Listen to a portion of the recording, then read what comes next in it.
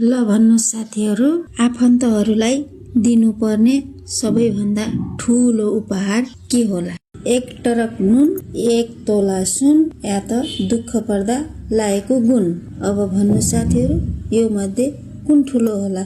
हजुरहरू यसो कमेन्ट गर्न लागिहाल्नुहोस्।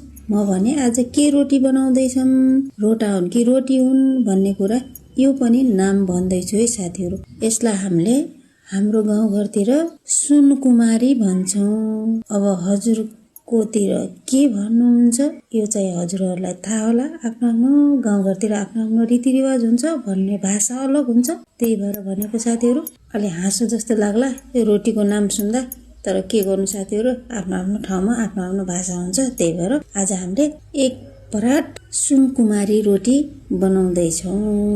बनाएर सुकाएर राखेको हुन्छ अनि सुकिसकेपछि यसलाई हामीले फ्राई गरेको हो साथीहरू। यो पनि हामीले घर खानालाई होला भन्ने सोच्नु होला। यति धेरै कसले खान्छ र हो साथीहरू, हामीले यो बिहेको लागि बनाएको है साथीहरू। कस्तो लाग्यो आजको हाम्रो सुनकुमारी रोटीको भिडियो? अनि रोटा चाहिँ कस्ता बनेका छन् त्यो पनि भन्नु होला हस्। अनि सुनकुमारी रोटी खाने भए आइहाल्नु होला। सम्पर्क नम्बर छोडिदिनेछु म। अनि त्यसपछि आउने जतिलाई पानी जहाजको सुविधा गरिदिनेछु, पानी जहाज पठाइदिनेछु। अनि पानी जहाजमा चढेर आउनु होला हस्। आउन चाहिँ नभुल्नु होला। हस् त, धन्यवाद। फेरि आउनेछु नयाँ भिडियो नयाँ रेसिपी ल्याएर। तब तकका लागि बाइ बाइ। फेरि भेटौँला नेक्स्ट भिडियोमा हस् मेरा प्यारा साथीहरू।